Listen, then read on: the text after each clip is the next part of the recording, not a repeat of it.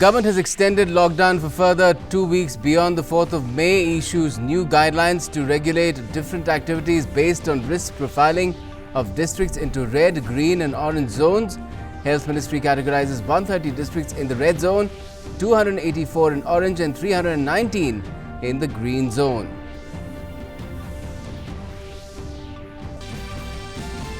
All metro cities including Delhi and Mumbai are declared as red zone.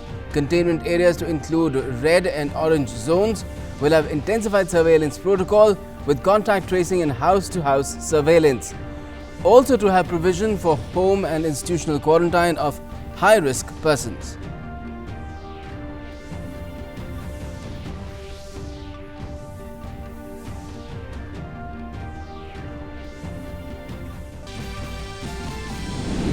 All economic activities to begin across green zones except those prohibited nationally. Home Ministry allows all goods traffic without any pass requirement. Indian Railways running Shramik special trains after government allows movement of migrant workers, tourists, students and others stranded at different places.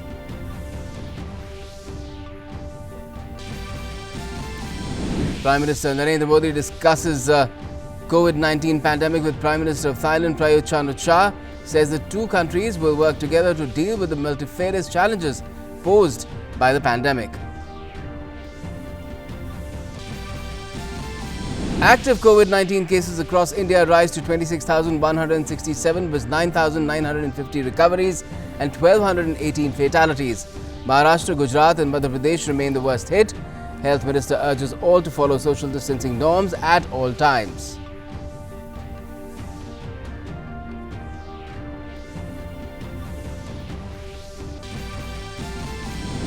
And coronavirus cases continue to spiral up across the world as well. Infections worldwide crossed 33 lakh with over 2.38 lakh deaths.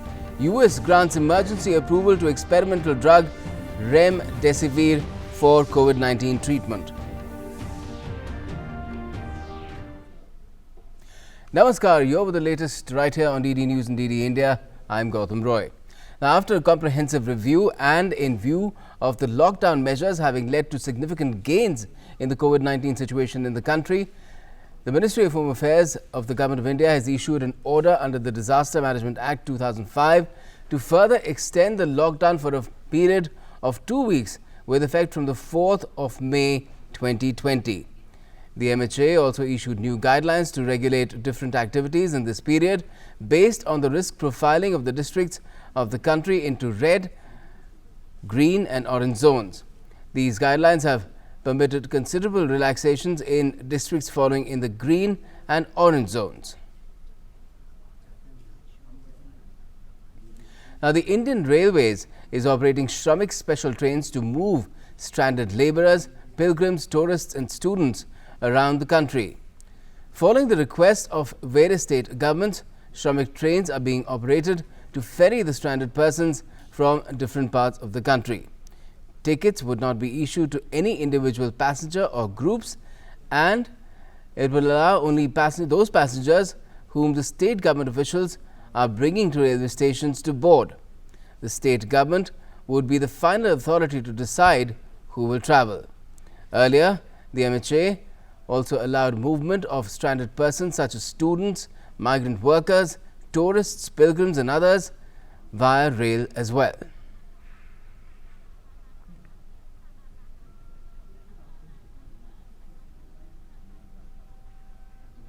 Let's now get you the latest update on COVID-19 situation in the country. Well, the number of active cases of COVID-19 in India have now risen to 26,167. 9,950 people have recovered so far from the pandemic, and the country has reported a total of 1,218 fatalities so far.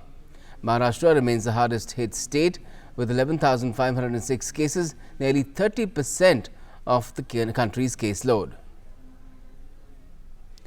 Now, 122 personnel of the 31st Battalion of the CRPF located in Mayur Vihar in Delhi have been found to be COVID-19 positive. All 480 people posted in the battalion are currently in quarantine. However, test reports of 368 Jawans have come so far, while reports of 112 are being awaited. Meanwhile, one CRPF sub-inspector died due to COVID-19 on Tuesday. Indian Naval Hospital Shiv Patanjali, which is at the front line in treating COVID-19 positive patients from the Uttar Kannada district, has contributed its might towards making the district COVID-19 free. The last COVID-19 patient walked out of the Naval Hospital in good health and spirits after he was discharged on Thursday.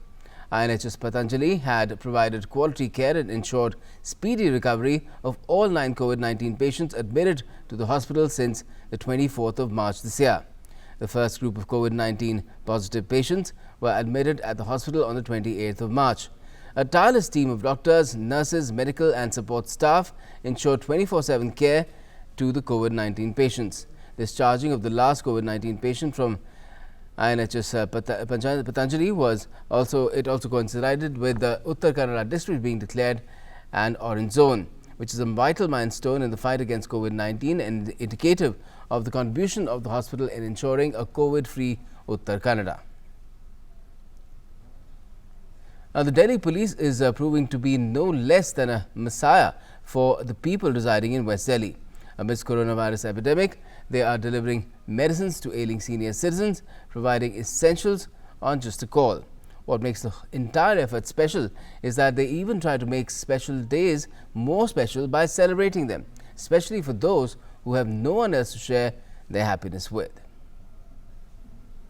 This is Chanda, a resident of Janakpuri in West Delhi. 70 years is not the age to stay alone, but lockdown has left no options for her. Children live in another city, daughter lives with husband in Dwarka, and the only support she has is the Delhi police. They are helping her in all possible ways, even by celebrating her birthday. Police वाले हमारी बहुत मदद करते हैं और phone करके भी पूछते हैं कि बहन जी आपको किस चीज़ की ज़रूरत है, जहाँ आपको कुछ चाहिए, जहाँ आप ठीक ठाक हो, ये सब. There are over 6,136 senior citizens like Chanda in West Delhi.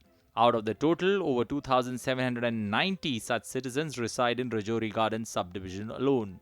24th March, when the lockdown began, Delhi police visited their homes over 11,116 times and over 11,947 times called them to know about their well-being. 41 of them were those who were provided medicines, milk, dry ration and mask-like facilities were ensured. Senior citizen Sarvanand Singh, resident of Subhash Nagar, validated police's claims. Lockdown में उनकी काफ़ी problems है. Senior citizen सारे कुछ न कुछ बीमारी होती है, किसी को डायबिटीज़ है, हाइपरटेंशन है, तो उनको दवाइयाँ दिलाना से लेके उनका हॉस्पिटल एडमिनिस्ट्रेशन, उनकी कोई भी इशू थी, उनकी फूड रिलेटेड इशू, हमारे बीट कांस्टेबल्स ने इस दौरान 11,116 विजिट्स करी है सीनियर सिटीजन्स को इस तरह की हेल्प करने की. और मैं कई बार हेडक्वार्टर फ़ोन आते रहता है, कभी वहाँ से फ़ोन था, हाँ भी कोई प्रॉब्लम तो नहीं आपको. मैंने कहा नहीं, हमारा सब कुछ कर रहे हैं, पुलिस डिपार्टमेंट सब हमारी देखभाल कर रहे हैं. Delhi police had a special dedicated senior citizen cell which works for the safety and well-being of the senior citizens of Delhi. Delhi government has made 1077 or 1077 the COVID-19 helpline number for senior citizens in the national capital. Dheeraj Singh's report, DD News, New Delhi. And the special cell of the Delhi police has registered a case of sedition against chairperson of Delhi Minority Commission, Zafrul Islam Khan, for a controversial social media post. The FIR was registered against Khan on the 30th of April under Section 124A, which is of sedition, and 153A, that's related to promoting enmity between different groups on grounds of religion, race or place of birth. After the police received a complaint against Khan's post, the remarks were posted by Khan on Tuesday but deleted after some time. Later, Khan also sought an apology while the BJP demanded his removal from the commission. In Rajasthan, 45 fire tenders have been pressed into service to sanitize Jaipur. Vishal Baristo brings this ground report on how Corona warriors are combating the spread of coronavirus in the city. Sanitization of colonies has been increased in Jaipur as the virus spreads, and I have with me Jaiprakash Sen, who is also a Corona warrior. Let's talk to him and find out. Jaiprakash जी, ये बताइए कि आप कितनी बारी sanitise कर रहे हैं? Sir कम से कम 1.5 महीना हो गया. और कम से कम 40 से 45 गाड़ियाँ दिन रात लगी है फायर ब्रिगेड की, और हर गली हर मोहल्ले हर कॉलोनी में हम छिड़काव कर रहे हैं। एक भी घर नहीं छूटना चाहिए, हर जगह पहुँच रहे हैं हम। आजकल इसकी जो छिड़काव की जो गति है वो भी तेज़ कर दी गई बहुत है। ज़्यादा तेज़ कर दी है, जैसे जैसे हमें पॉजिटिव केस ज़्यादा मिलते हैं उस हिसाब से ज़्यादा कर रहे हैं। कितनी बार आप सैनिटाइज कर रहे हो एक कॉलोनी को? एक कॉलोनी को 3 से 4 बार हो चुका सर। 3 से 4 बार। और आप अपने आप को कैसे सेफ रख रहे हो? सर हमारे पास पूरा सामान है, पूरा किट है, और कितनी गाड़ियाँ लगी हुई हैं? 40 से 45 गाड़ियाँ लगी है सर इसमें। So there you heard from the Corona warrior himself. 45 fire brigades have been pressed into service so that me and you are safe in Jaipur. And also all those who are watching this video, you should praise people like these who are fighting day and night for us so that we all are safe. Vishal Baristu for DD India, Jaipur. An artist from Madhya Pradesh has made a beautiful stone art to pay tribute to T.R. Devendra Chandravanshi of Indore, who lost his life fighting the battle with coronavirus.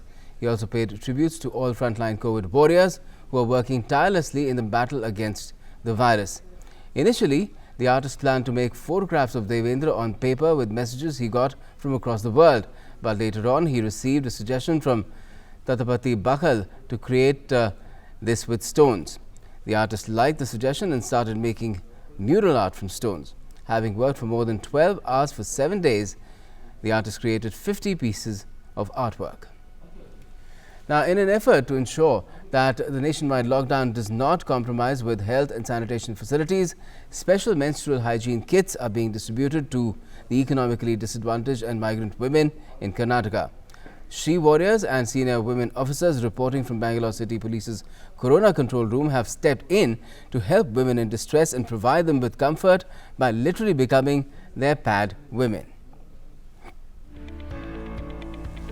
The Corona Control Room's task force have a special task to perform, and these she warriors led by Malavika Avinash are reaching out to women for a different purpose. Her team, comprising of young women professionals, are distributing hygiene kits made for needy women. Distribution of the hygiene kits is an all-women's affair with private talks, discussions and giggles when it comes to menstrual health. Malvika even discusses the general hygiene issues with women over the mic.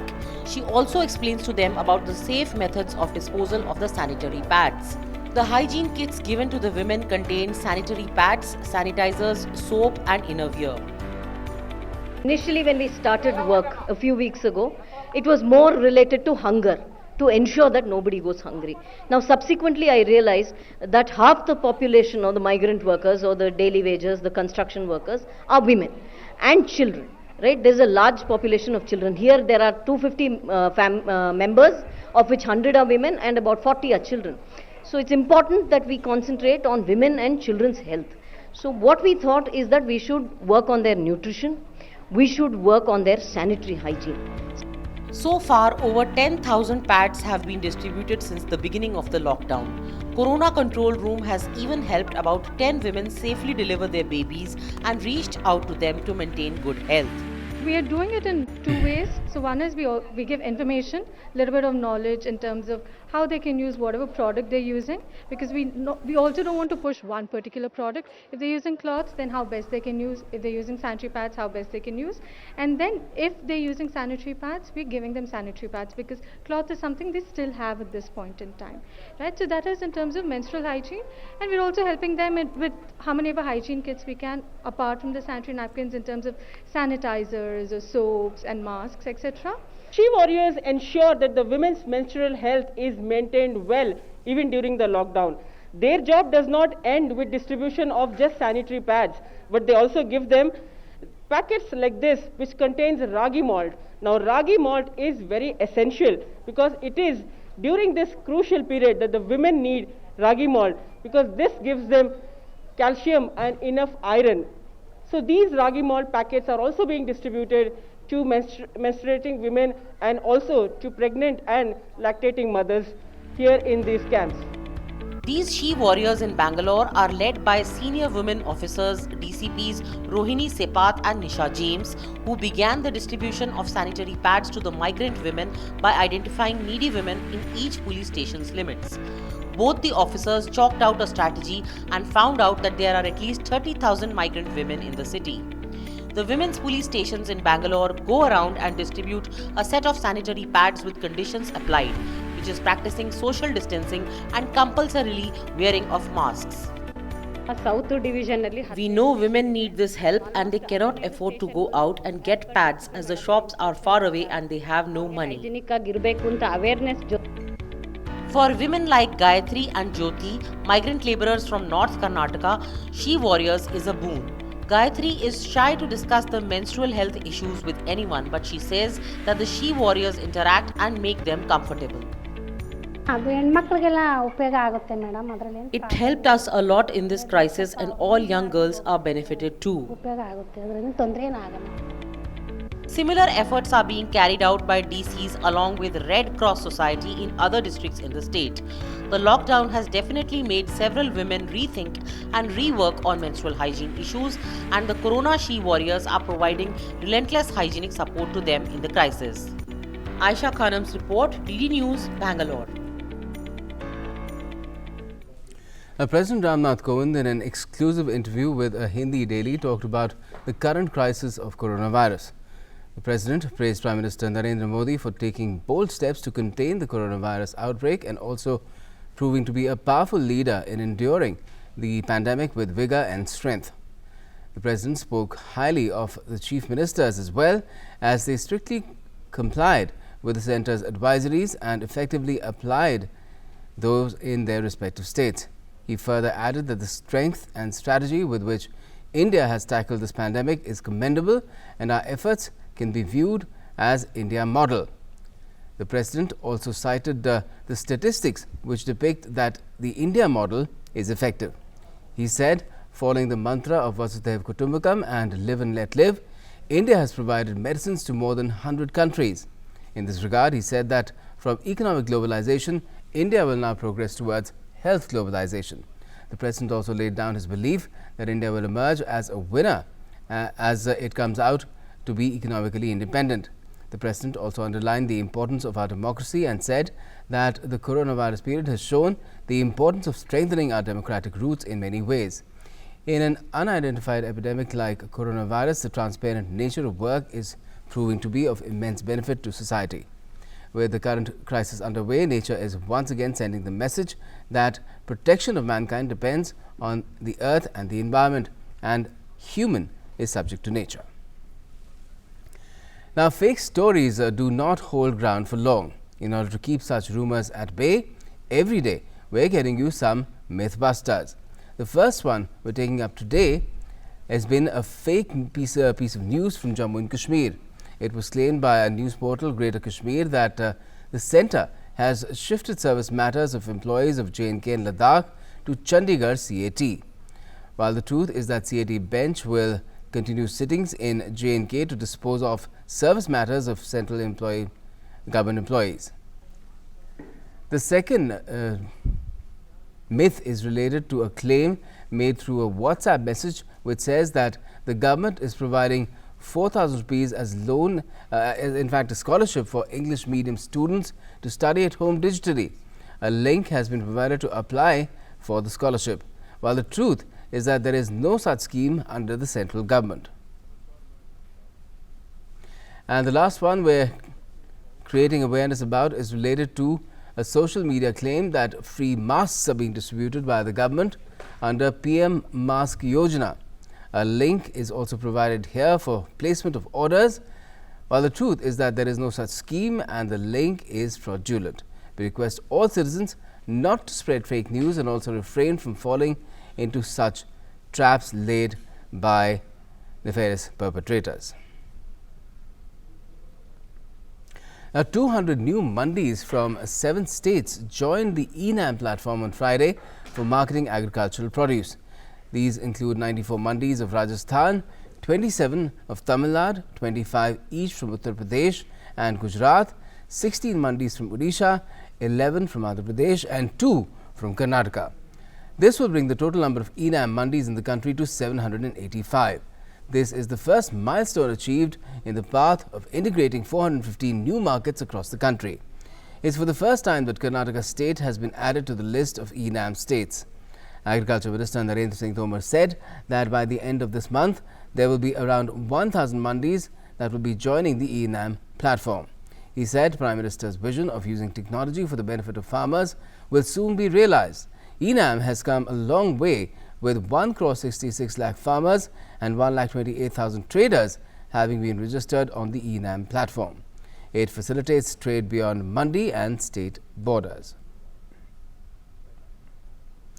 And Prime Minister Modi had a discussion with the Prime Minister of Thailand, Prayut Chan-o-cha, on the current situation due to the coronavirus pandemic. Prime Minister Modi said that issues discussed related to COVID-19 pandemic with good friend Prayut official as neighbors with deep-rooted historical and cultural links. India and Thailand will work together to deal with the multifarious challenges posed by this present crisis. Now, aired again after 33 years, Ramayan has set a world record by becoming the highest viewed entertainment program globally. The retelecast of the TV show started on Doordarshan National in March, soon after Prime Minister Narendra Modi announced a nationwide lockdown to contain the spread of novel coronavirus. Union and Minister Prakash Javadekar wrote to Prem Sagar, who is the son of the creator of the epic show Ramanand Sagar. The minister wrote that the retelecast of the Ramayan was our wish during the COVID-19 lockdown. I am grateful to your family for helping us in fulfilling this wish. 40 years back, when Ramayan was launched, not many people had access to television. At present, the situation is different, as at least 18 crore people use television. The generation of today had not seen the grandeur of Ramayan before retelecast of Ramayan. It has made it possible for new generation to finally watch it. The older generations were able to reminisce their memories. Ramayan became the most popular show globally. Ramayan also became the most watched show on the 16th of April across the world. Over 7 crore 70 lakh people watched the serial and liked it. I thank the whole team of Ramayan serial on behalf of Doordarshan. Congratulations to all. Now, the US government has given a grace period of 60 days to H-1B visa holders and green card applicants who've been served notices for submission of various documents in view of the COVID-19 pandemic. It's being seen as a major relief for professionals and immigrants from countries like India. The US Citizenship and Immigration Services has said that 60-day grace period for responding to its requests will include requests for evidence, continuations to request evidence, notice of intent to deny, notices of intent to revoke, notices of intent to rescind, and notices of intent to terminate regional investment centers, and filing date requirements for Form I-290B, notice of appeal or motion. The USCIS can issue a maximum of 65,000 H-1B work visas every year to highly skilled foreign workers. It can issue an additional 20,000 H-1B visas to those who have obtained master's or higher degrees from an American educational institution. Under the existing law, the US can issue a maximum of 1,40,000 employment-based green cards every year with a per-country cap of 7%. Canadian Prime Minister Justin Trudeau has said that Canada is banning the use and trade of assault-style weapons immediately. Trudeau cited numerous mass shootings in the country, including the killing of 22 people in Nova Scotia on the 18th and 19th of April. He announced the ban of over 1,500 models and variants of assault-style firearms and other weapons that have been used in a number of mass shootings in the United States.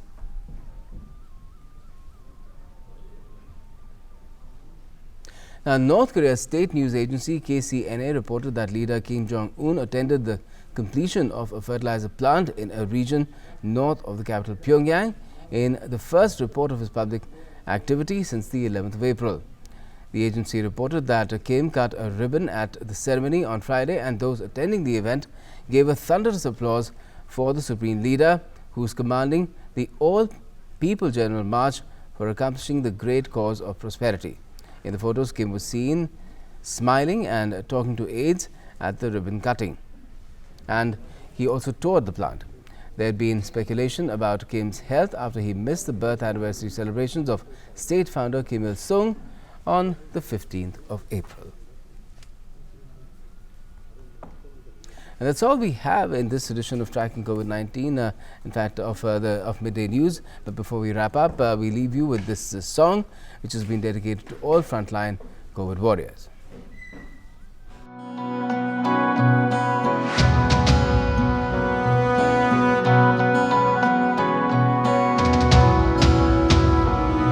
हर मुश्किल से टकराता हूँ,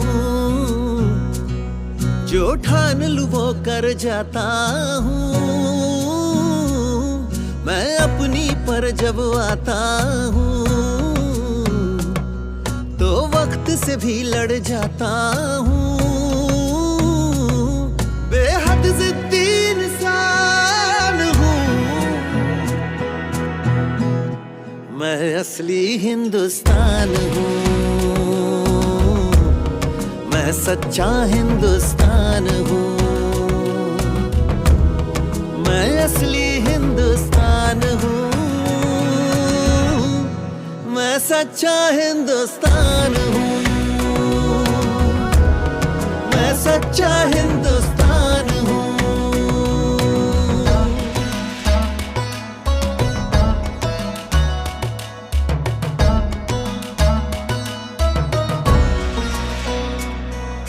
ये मुश्किल थोड़ी है, मैंने चट्टान निचोड़ी है। हर दिक्कत को जीता मैंने, बाधा की बाह मरोड़ी है। मैं साहस का अभियान हूँ, मैं असली हिंदुस्तान हूँ। मैं सच्चा हिंदुस्तान हूँ,